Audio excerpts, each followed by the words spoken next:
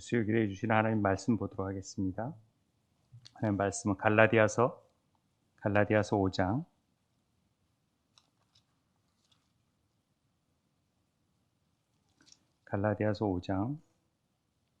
16절부터 25절 말씀입니다. 갈라디아서 5장 16절부터 25절 25절 말씀까지.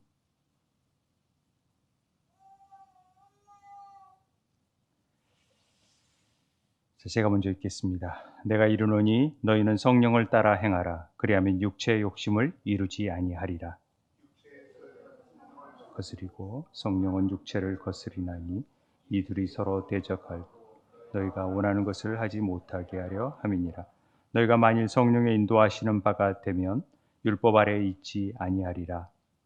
그 일은 분명하니 곧 음행과 더러운 것과 호색과 우상 숭배와 주술과 원수 맺는 것과 분쟁과 시기와 분냄과 당 짓는 것과 분열함과 이단과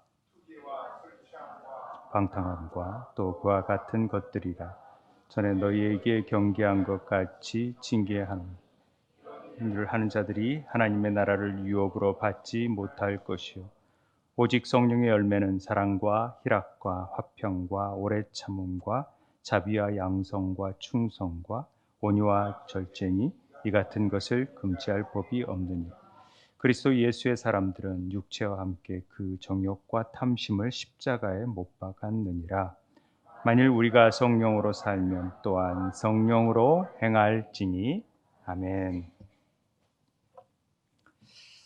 할렐루야. 이제 오랜만에 뵙는 것 같습니다. 성령의 절기 오순절 두 번째 주일을 저희가 지내고 있습니다. 그래서 성령에 대해서 우리가 계속 이렇게 묵상하고 또 살펴볼 텐데요. 코로나가 다시 유행하는 것 같아요. 그래서 뭐 이렇게 코로나 걸린 분들이 꽤 있던데 제가 세 번째 걸리지 않았습니까? 세 번째 코로나에 걸린 셈이 되네요. 왜 세 번이나 걸렸을까? 제가 이렇게 묵상을 해보니까 베드로가 세 번 부인을 했더라고요. 주님을. 그래서 그러다가 이제 내가 나를 사랑하느냐 그 음성을 듣지 않습니까? 제가 이렇게 양으로서 또 어떤 양의 본이 되어야 되는 삶을 사는 자로서 이런 베드로의 그 세 번의 부인함이 제게 이렇게 세 번 걸리면서 제가 그게 생각나더라고요. 그러면서 네가 아가페적으로 사랑하느냐?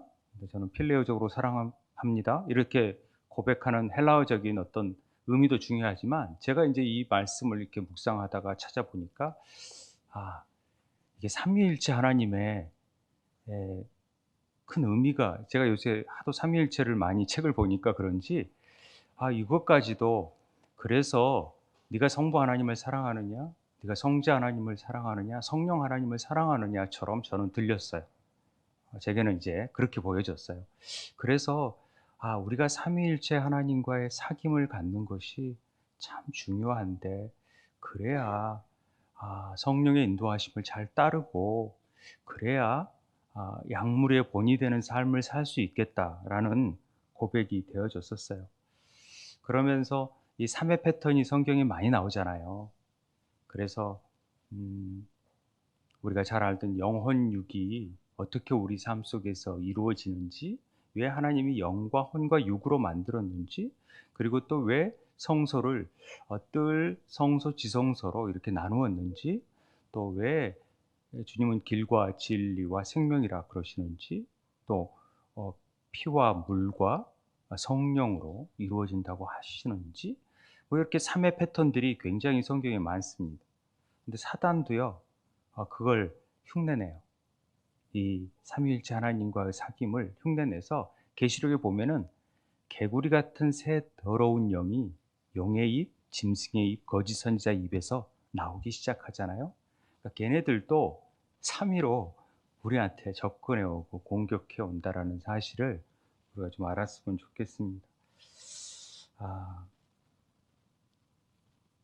제가 이제 세미나를 갔다 왔잖아요. 샤인 코리아.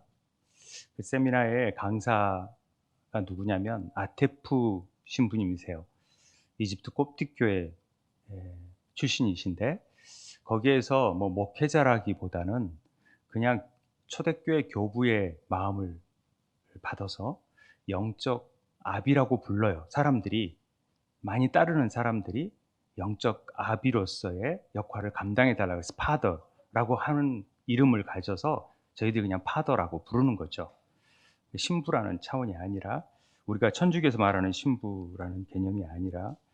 그래서 그분이 늘 이 시대를 향한, 이제 얼마 살 날이 남지 않아서 마지막 내가 여기에 불꽃을 하나라도 더 남기고 가고 싶다라는 마음으로 열정을 다해서 쏟아붓는데, 특별히 이제 저희 그 운영위원들을 불러가지고 면담을 해주시겠다 그러더라고요. 특별히 개인적인 면담, 궁금한 것들 상담을 해주는 시간이 있어서, 저희가 이제 첫날 저희들은 잡혀 있어서 아내랑 같이 강의를 마치는 시간, 식사 시간 빨리 하고 그냥 그 시간 안에 식사를 거의 안 하시고 금식하시니까, 그때 이제 가서 얘기를 좀 나누었는데, 음, 그분이 하시는 말씀이 늘 성경 읽으라고,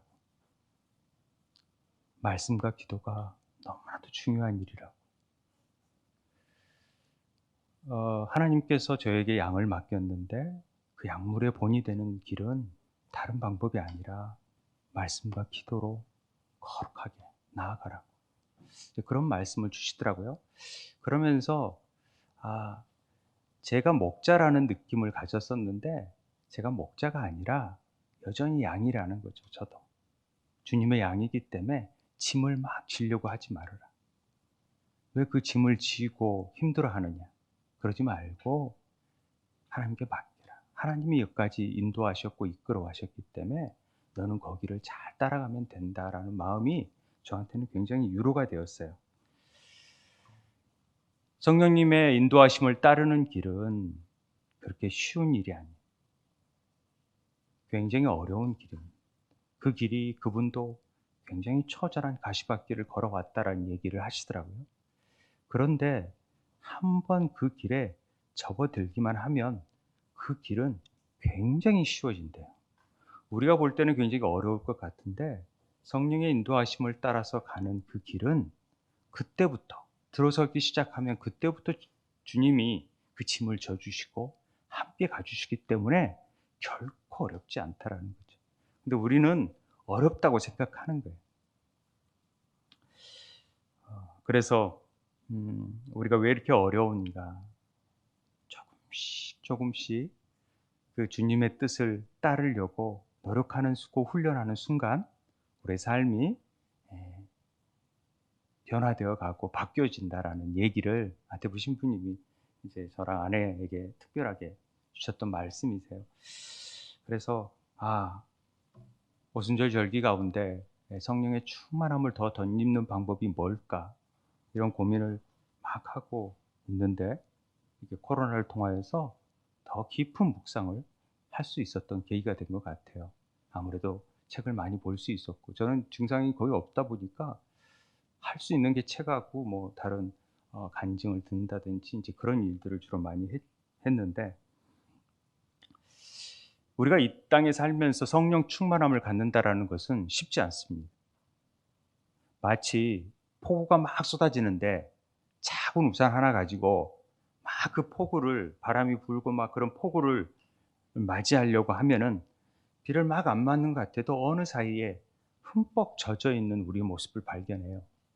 세상에 많은 안 좋은 것들이 우리를 위협해요. 그 충만함을 방해하는, 성령의 충만함을 방해하는 일들이 막 내리는 걸 우리 나름대로의 우산을 막 쓰고 열심히 가봤자 우리도 알지 못하는 사이에 우리는 흠뻑 젖어 있다라는 것을 제가 느끼겠더라고요.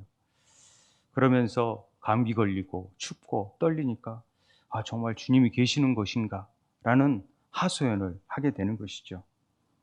그런데 이렇게 묵상 가운데 성령님께서 우리의 우산을 펴는 삶이 아니라 성령님이 출애굽에 구름 기둥 불 기둥으로 우리를 인도하신다라는 것을 보여주시는 것 같아요. 그래서 그분의 우산은요 어마어마한 거죠. 구름 기둥으로 그 따가운 햇빛을 탁 막을 만큼 서늘함을 제공해 줄 수 있는 구름 기둥을 마련할지 어떻게 알겠습니까? 인간들이 상상이나 하겠습니까? 그런데 그분은 그걸 마련해 놓으세요. 그리고 불 기둥으로 탁 적정한 온도를 통해서 그 추위를 대비할 수 있고 지키고 보호할 수 있는 역할들을 세밀하게 해 나가시는 분이 우리 성령님이라는 생각이 들었습니다. 그래서 우리가 그 성령님을 의지해야 되는데 우리는 그런 의지하는 삶을 살지 못하잖아요. 그러다 보니 구원의 은혜에 놀라운 출애굽을 나오게 한 그 놀라운 은혜를 금방 잊어버리고 매일매일의 기적을 느끼면서도 그 기적보다는 불평, 불만, 왜 내가 이런 삶을 살지 못하는 가에 대한, 왜 내게 물이 주어지지 않고 음식이 주어지지 않는 거에 대한 불평, 불만으로 늘 살아가다 보니까 우리 삶에 기쁨이 없고 늘 우리 삶이 감사하지도 못하고 불평하는 삶으로 변해져 버린다라는 거죠. 그래서 우리 삶에 성령의 열매가 맺어지지 못한다는 생각이 들었습니다. 그럼 어떻게 해야 우리가 성령 충만한 삶을 살 수 있을까? 성령 충만한 삶은 제가 보니까 그런 것 같아요. 아까 삼위일체 제가 일부러 얘기를 했습니다마는 성령은 예수의 영이에요.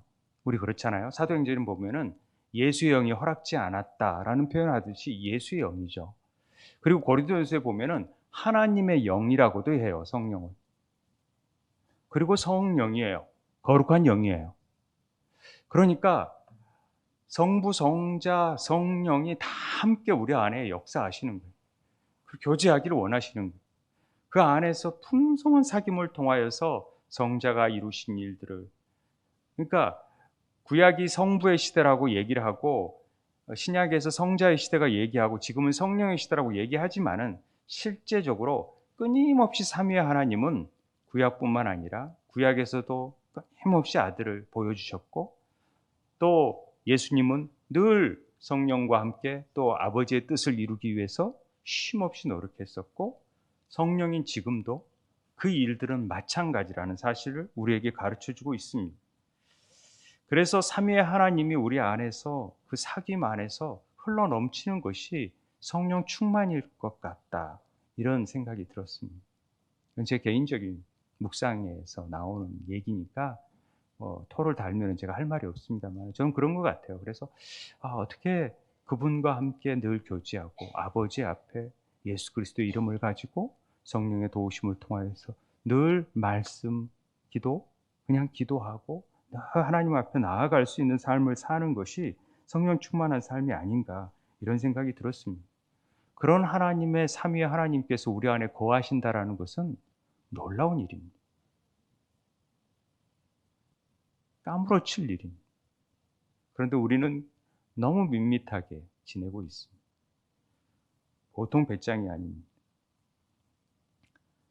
왜 하나님의 아들을 이 땅에 보내시고 십자가에 죽게 하시고 부활하게 하시고 승천하게 하시고 또 왜 성령을 보내셨는지에 대한 부분을 우리가 잘 이해하지 못하니까, 구원의 경륜을 이해하지 못하니까 우리가 그 수준에 머물러 있구나 라는 생각이 들었습니다. 그래서 우리는 그 은혜를 너무 값싼 은혜로 여긴다라는 거죠. 내가 은혜 받았으니까 이렇게. 근데 그렇지 않더라.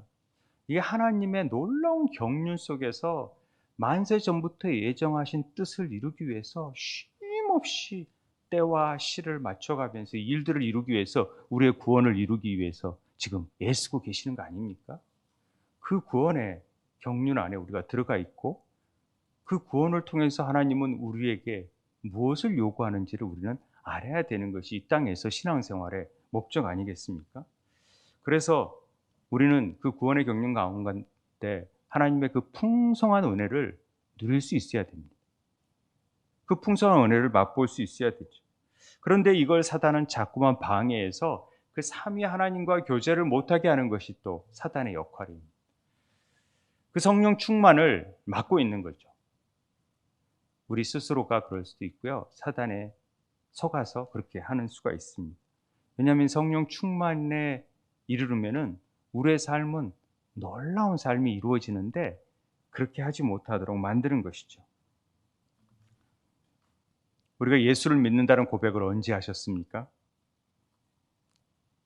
예수님이 진짜 나의 구주가 되고, 그분이 나를 위해서 죽으시고, 나를 대신 죽으심으로 말미암아 내가 구원받는 십자가에서 그의 피로 구원받았다는 사실을 깨닫고, 이제는 나 같은 죄인이 그냥 죽을 수밖에 없고 지옥 갈 수밖에 없는 죄인을 하나님께서 구원하여 주셔서 내가 이제 새 생명으로 살아갔다라는 사실을 절실하게 느낀 사람들이 예수님을 구주로 모시는 것입니다. 나의 아버지로 모시는 거죠. 그게 바로 영접이라는 말로 우리는 얘기할 수 있습니다. 그래서 영접하는 자, 곧 그 이름을 믿는 자들은 하나님의 자녀가 되어버리는 권세를 허락하시는 거예요. 하나님의 관계 안에 딱 양자로 들여버리는 거예요. 넌 내 자녀, 이렇게 해버린 거예요. 그게 하나님의 의라고 그랬잖아요. 그 관계 안에 들어와 버리는 게. 하나님은 올바르세요. 누가 뭐라 할 수 없어요. 왜 저 같은 사람을 하나님이 왜 자녀로 삼으셨어요? 내가 더 선한데? 뭐가 선한데요? 뭐가 잘났는데요? 다 거기서 거기인데. 그런데 하나님이 그냥 나를 택해 주신 거죠. 그게 하나님 구원이 은혜로 주어진 것 아니겠습니까? 보잘것없는 고아와 같은, 죄로 죽을 수밖에 없는 나를 하나님께서 죄의 노예가 되어져서 그렇게 살 존재들을 하나님의 자녀로 바꾸어 주신 일이 하나님의 은혜지요.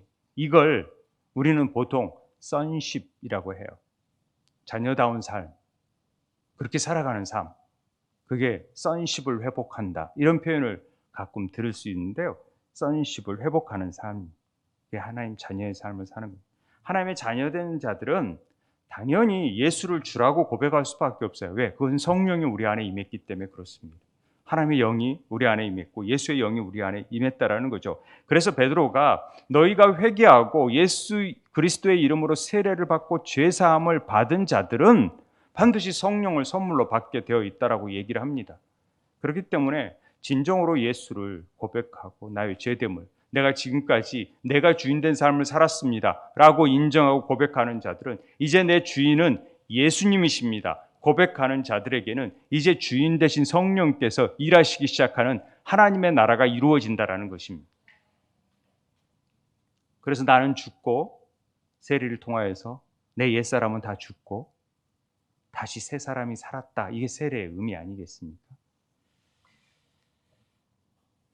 그래서 우리는 의인이 되어버리는 겁니다. 죄인이었던 자들이 하나님 안에 거하게 되므로, 하나님의 자녀가 되므로 그냥 의인이구나 이렇게 보여지는 것이죠. 누가 뭐라 해도 우리는. 그래서 우리가 구원받은 자라면 이제 마음대로 사는 것이 아니라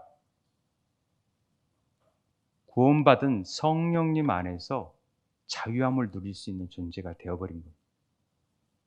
그래서 성령 안에서 우리는 자유로울 수 있어요. 그래서 진리 안에서 자유롭다라는 표현을 이렇게 하는 것입니다. 그래서 성령님의 인도하심을 받는 삶을 사는 자들로 변화되게 되는 것이고, 그랬을 때 세상이 감당치 못해요. 우리는 하늘의 시민권자로서 하나님의 뜻을 이루는 자로 살기 때문에 세상의 방법과는 전혀 다른 방식으로 살아가는 것입니다. 그래서 우리는 이 땅에 있는 세상에 얽어매어져 있는 관계에서 자유로워지고 눌려지는 것에서 해방되고 자유로워져서 우리는 정말로 기름 부음을 받은 자들 아는 우리가 성령 안에서 정말로 자유를 누리면서 살아가는 것이 갈라디아서에서 얘기하는 자유의 대헌장이라는 갈라디아서가 나오게 된 배경입니다. 우리는 우리 마음대로 사는 게 아니라 이제는 그분, 아버지의 뜻을 따라 살게 되는 것이죠. 내 뜻이 아닌 아버지의 뜻을 따라 사는 삶, 그것이 그리스도의 주권을 인정하는 삶이 되는 것입니다. 말은 많이 듣죠. 그분의 주권을 인정한다. 그것이 하나님 나라의 통치가 임하였다라고 하는 것입니다. 그분이 왕이 되셔서 그분이 말씀하신 대로 이루는 삶이 내 삶 속에서 이루어졌을 때 하나님의 나라가 그만큼 이루어진다. 통치가 이루어진다. 이렇게 말하는 것이고요. 제게 하나님께서 예전에 들려주셨던 음성 가운데에서는 이 아버지의 뜻을 행하는 일이 새 일이다. 이렇게 말씀하셨어요. 그래서 제가 이 건물이 새 일의 집이 되는 거예요. 그 아버지의 뜻을 행하자. 그럴 자를 찾고 있다. 이렇게 말씀하셨고 그 뜻을 이룰 자를 원하셨던 것이죠. 이사야 48장 6절에 보면 그 새 일이라는 것이 내가 알지 못하던 은비한 일을 내게 듣게 하노니 라는 말을 합니다. 내가 새 일을 행하겠다 이제 앞으로. 어떤 일인지 볼래? 그것이 아버지의 뜻이었어요. 우리를 향한. 그게 뭔지는 구체적으로 잘 모르죠. 그게 다음 세대를 살리는 일인지 영혼을 구원하는 일인지 어쩐지는 우리가 지금 알아가는 과정에 있다고 저는 보여집니다만은 알지 못했던 은비한 일은 예수 그리스도의 일이지만 그것이 아버지의 뜻을 행하는 일이었고 그것이 어떻게 구체적으로 나타날지는 우리가 함께 지혜를 모아서 성령께서 원하시는 그 뜻대로 행하고 그 뜻을 쫓아갈 때 우리를 통하여 이 교회가 영광을 받으실 거라고 저는 믿습니다. 이걸 다른 말로 킹십이라고 해요. sonship, kingship. 하나님 나라를 이루어가는 삶이다. 아버지의 뜻을 이루어가는 삶이 하나님 나라를 이루어가는 삶이다. 이런 말을 쓰는 것입니다. 그 하나님 나라를 이루어가는 삶이 뭐냐면은 결과적으로는 거룩으로 나아가는 길이죠.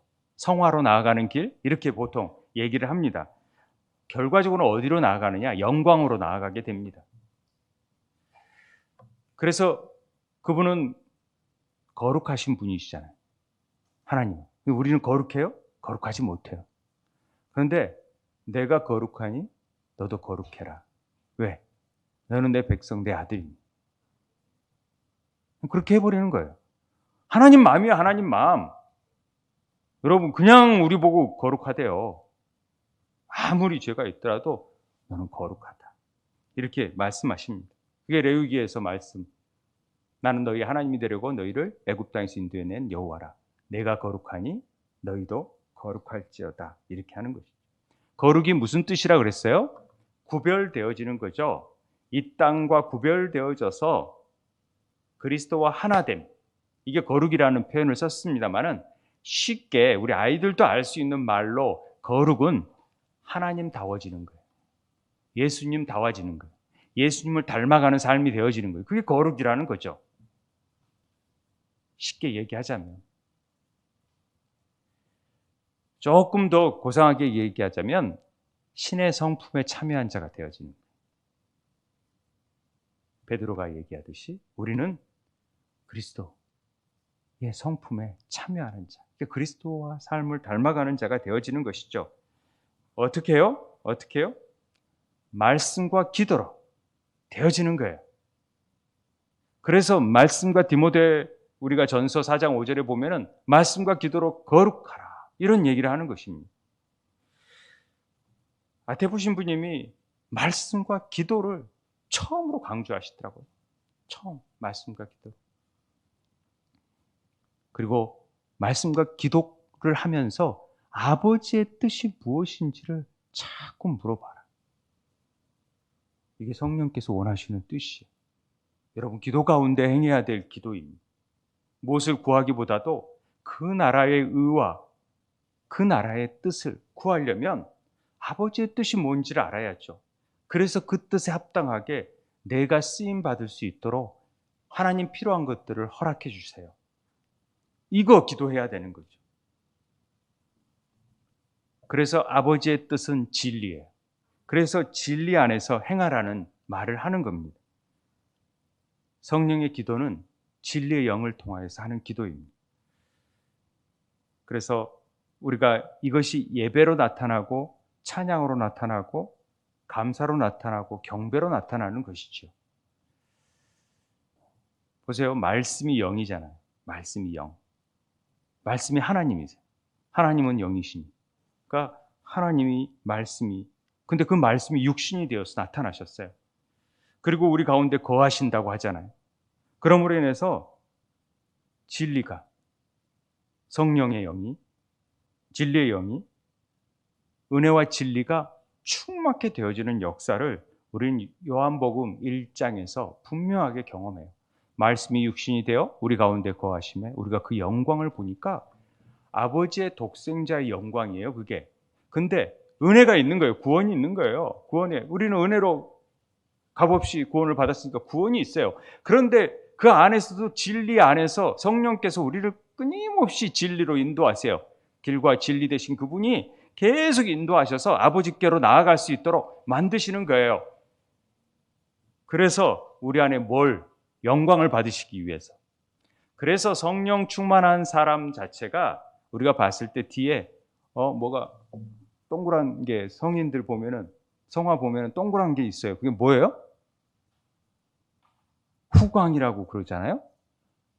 뒤에서 빛이 난다라는 거죠. 후광이. 보이세요? 후광이 저한테? 안 보이시잖아요. 보는 눈이 없네요. 저는 다 있는 것 같아요. 후광이. 그런데 이게 뒤에서 빛이 난다라는 표현도 되지만은 후광이라는 뜻은 그 사람이 지나간 자국을 보면은 뒤에 남는 것들이 있다라는 거죠. 그 사람이 싹 지나가는데 야 그리스도의 향기가 난다. 정말 저 사람이 하는 일들을 보면은 야 정말 예수님이 보여. 이게 나타나야 된다라는 거죠. 이게 후광이라는 겁니다.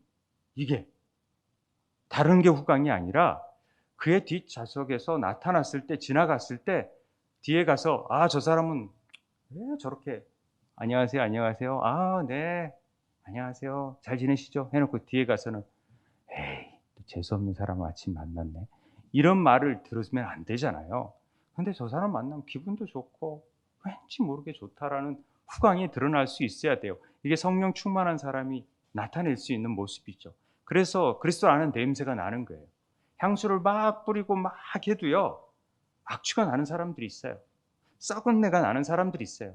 멀쩡하지만은 그 안에 더러운 냄새가 나는 경우가 있어요. 우리 보통 알코올 술 많이 드시고 와서 막 노숙자 거리에서 나와서 씻지도 않고 있으면 역한 냄새 나잖아요. 그런 냄새가 아니라 차마 이렇게 맡을 수 없는 역겨운 냄새가 나는 경우가 있어요. 그러면서도 네 그렇게 해야 되죠.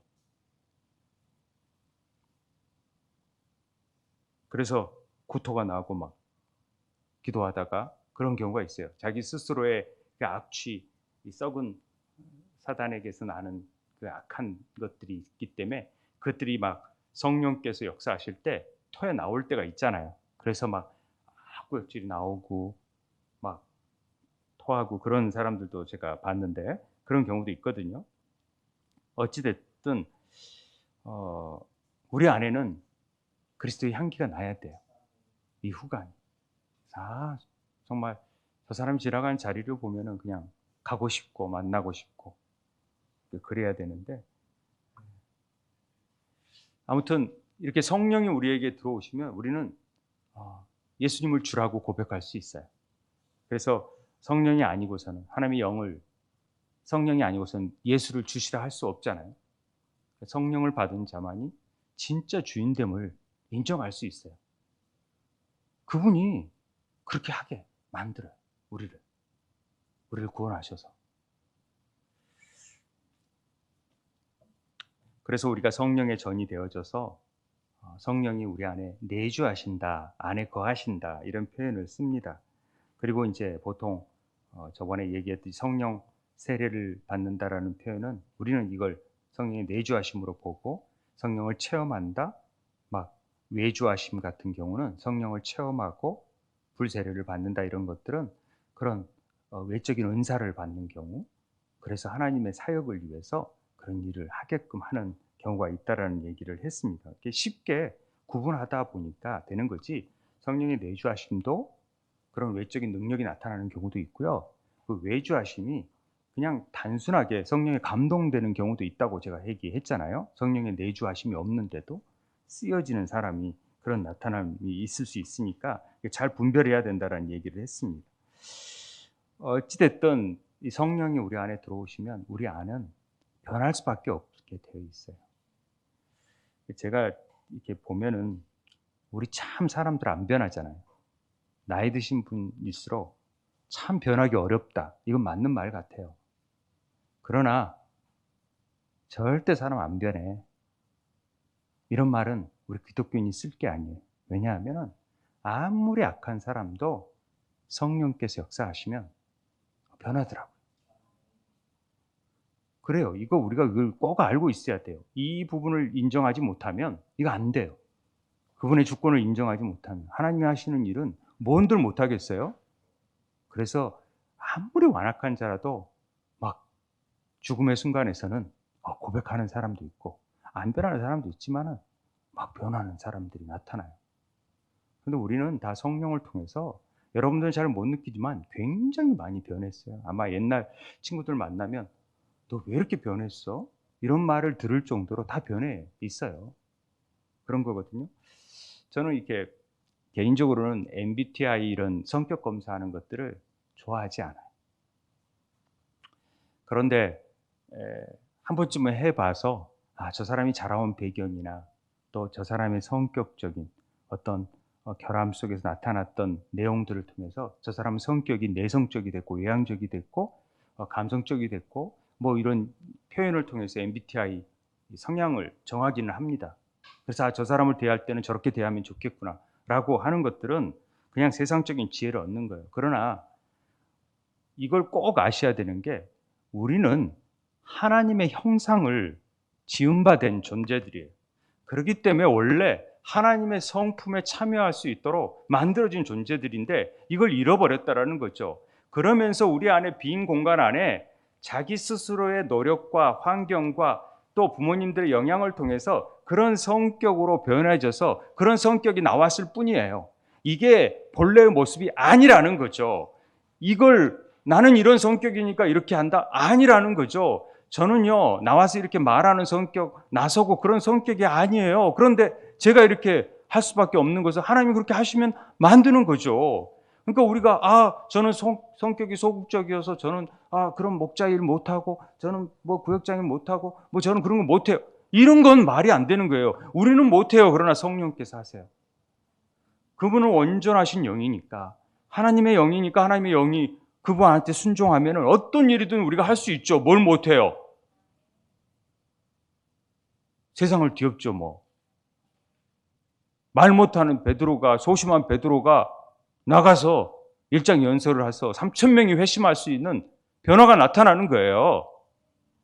나는 성격이 그러니까 이건 정말 제가 별로 좋아하지 않는 말이에요. 사단의 음성처럼 들려요. 나는 뭐 이런 아니라 그런 과정을 겪었지만 나는 하나님 형상을 회복하고 얼마든지 내 안에 좋은 품성과 어떤 성품도 나올 수 있다는 것들을 열어놔야 성령께서 우리를 마음껏 사용하시죠. 그런 사람들이 되길 바랍니다. 그래서 우리 안에 그런 성격으로 자리 잡혀져 있다라고 우리는 표현을 하지만은 우리 안에 그게 그 인본주의 안에서 형성된 견고한 진들이에요, 진들. 그걸 보통 본성이라 그래요. 본성. 그 본성이 우리 안에 있는데 성령이 딱 들어오니까 이게 부딪히는 거죠. 이게 뭐지? 성령님은 막 이렇게 옛날 이기적이었던 삶이 성령님이 오셔서 막 나눠주라 그러니까 이게 뭐지? 이게 막 싸움이 일어나지 않겠습니까? 좋은 말로 하면은. 그래서 우리 안에 있는 혼을 영이 성령이 들어오셔서 우리 혼을 만지기 시작해요.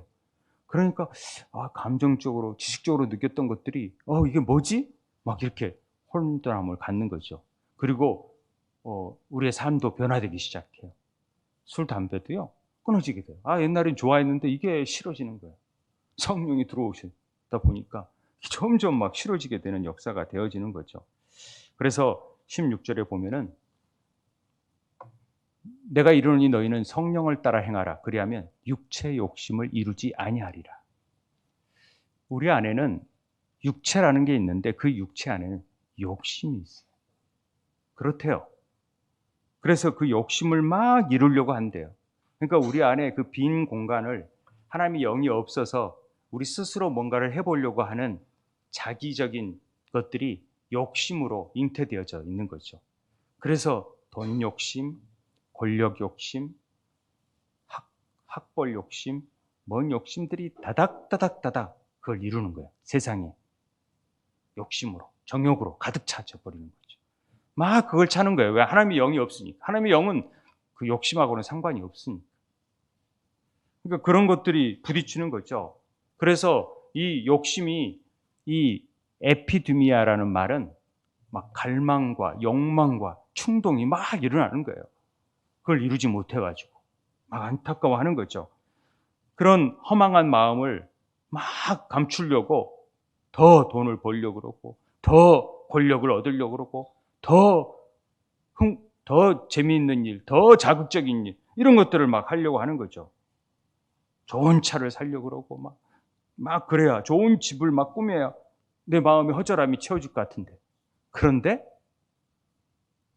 그 허전함은 채울 수가 없어요. 하나님의 영이 아니면 채워주지가 않아요. 그래서 그 죄된 본성, 그것을 육체라고 그래요. 이 육체는 이 사르크스라는 것을 육체로 바울은 표현했어요. 그래서 이 육체라는 말은 육신이라는 말과 달라요. 하나님을 갈망하는 측면에 반대돼서 우리의 전 존재에서 죄를 막 추구하고 쫓는 측면이, 그런 사람을 육체에 속한 자다 이렇게 얘기하는 거예요. 우리는 하나님에 대한 갈망을 막 갖게 만드는 것은 성령께서 하시는 일이고, 세상에 대한 갈망을 막 추구하게 만드는 것은 육체의 소욕을 이루는 거라는 거죠. 그래서 이 사특스는 사특스라는 말은, 그러니까 이 죄로 가득 찬 우리 마음을 얘기하는 거예요. 그걸 육체다 이렇게 표현하는 것입니다. 근데 이 육체와 성령의 소욕은 굉장히 달라져요. 육체의 소욕은 성령을 거스리고 성령은 육체를 거스리라니 이 둘이 서로 대적함으로 너희가 원하는 것을 하지 못하게 하려 함이니라. 그러니까 막 그러면은 성령께서 이제 들어오셔서 야, 그거 부질없는 거야. 그게 너무 신경 써. 너 왜 거기에 잡혀 있니? 자유해. 기뻐해. 염려하지 마. 두려워하지 마. 평안해. 감사해. 막 바쁘신. 난 별로 감사할 일이 없고, 기뻐할 일이 없고, 지금도 부족하고, 여전히 나는 채워져야 되는. 이런데 아니야. 너의 구원을 이룬 하나님의 뜻을 봐. 얼마나 놀라운 일들, 신비로운 일들, 은비한 일들이 너에게 감춰져 있는지 그 비전을 보란 말이야. 이렇게 바꾸시는 것이죠. 이 갈등이 우리 안에는 늘 있어요. 그래서 로마서에서 바울이 그렇게 되었고, 에베소서에서 이 썩어져가는 구습을 따르는 옛사람을 벗어버리고 심령이 새롭게 좀 돼가지고 변화를 받아가지고, 로마서에서도 그런 얘기 하잖아요. 에베소서 똑같은 1장부터 3장까지는 막 교리적인 얘기를 했다가 어떻게 구원받았는지 얘기했다가 어떻게 살아야 되냐. 야! 로마서 12장에서는 마음을 새롭게 함으로 변화를 받아서 이렇게 살아야 돼 라고 12장, 13장, 14장에서 얘기하잖아요. 그래서 하나님에 따라서 의와 진리와 거룩함을 지으심 받은 새 사람을 입어 그렇게 살아야 돼 이렇게 얘기하는 것입니다.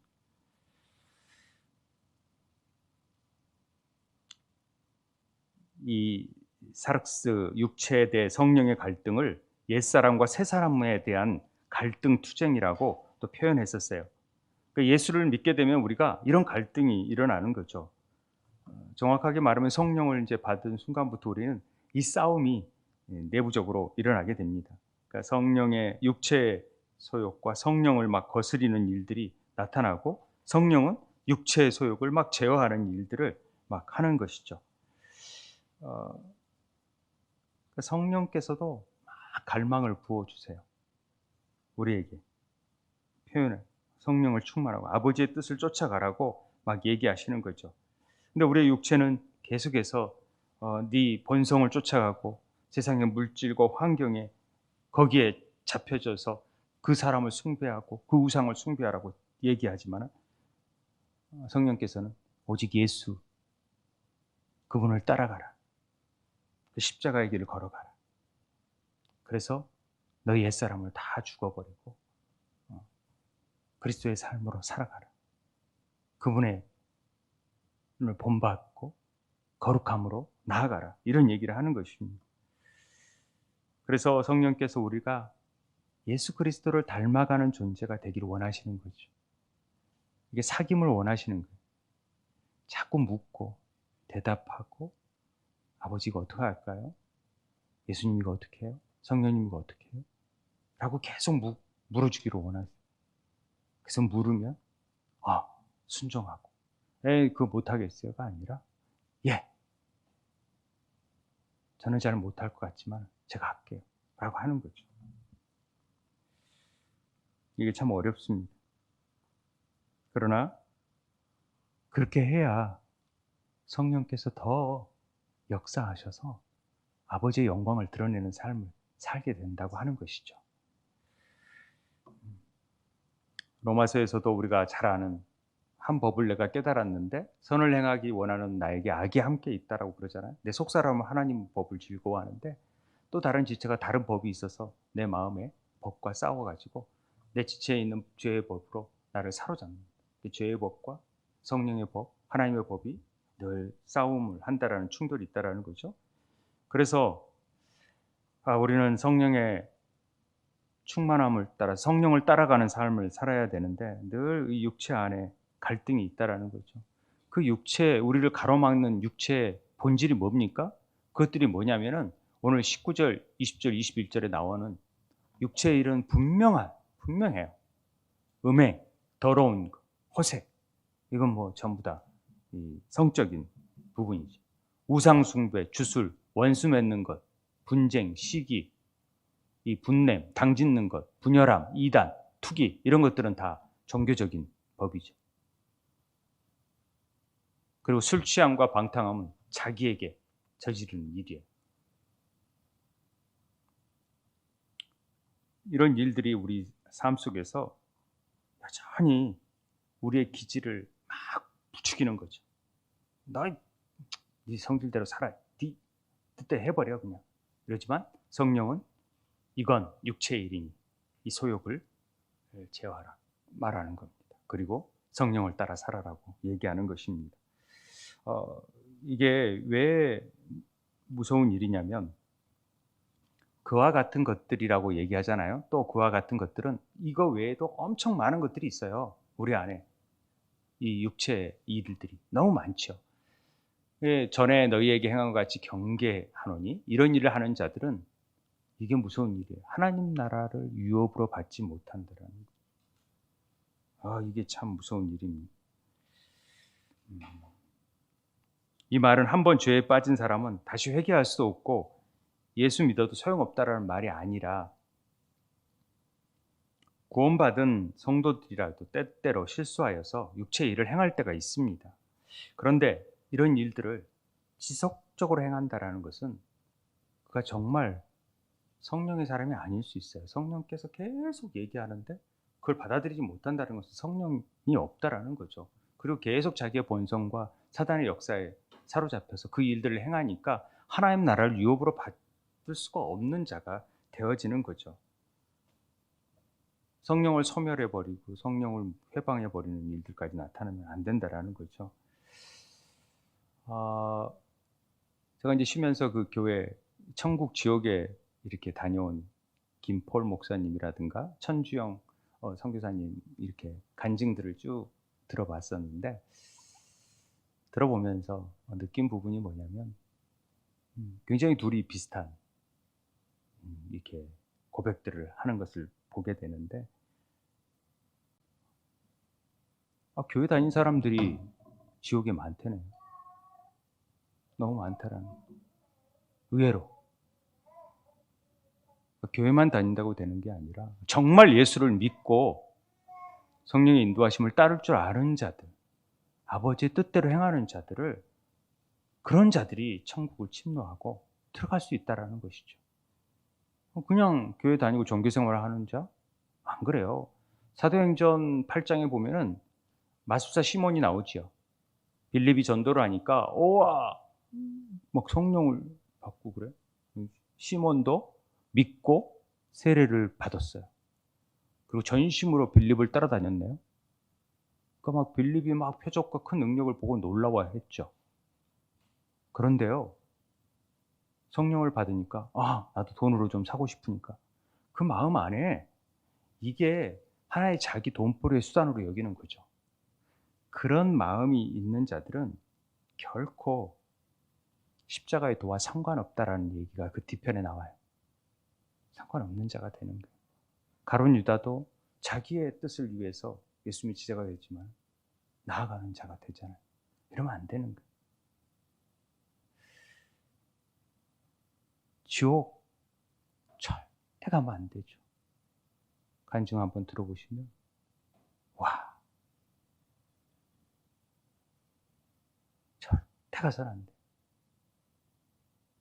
저는 뭐 지옥 공경을 못 해봤지만 제가 군대 가서 화생방 하는데 그 캄캄한 데서 냄새가 신경을 마비시키는데, 그 하나 터뜨릴 걸 세 개를 터뜨린 바람에 이게 막 기포가 발생하고 막 그런 일들이, 이런 게 지옥이구나. 아우성을 막 치면서 살려달라고 하는데 이런 게 지옥이구나. 이게 지옥의 맛도 못 보는 거예요. 보니까 정말 이런 끔찍한 그런 곳에 절대 가서는 안 되잖아요. 근데 하나님 심판대 앞에 갔는데 모른다 그러면 얼마나 안타까운 일입니까? 그래도 나 주일날 열심히 교회 다녔는데 주여 주여 했는데 난 너 모르는데? 이러면 얼마나 안타까워요. 이건 천지개벽할 일이죠. 예수 잘 믿자고요. 이 형 믿는 거 우리 이 형 하나님 이렇게 이끄셨고 그렇다면 하나님 뜻에 합당하게 정말 이 땅에 소망 두르지 말고 하늘의 소망. 순우이가 그 간증을 듣고 그냥 우찬이가 간증 듣고 정말 이 신앙 고백을 써서 줄줄이 이렇게 고모한테 보냈던데 그렇죠. 정말 우리 하늘나라 소망 바라보면서, 그런데 이 땅에서도 이미 우리 하나님 나라가 임해졌다라는 거예요.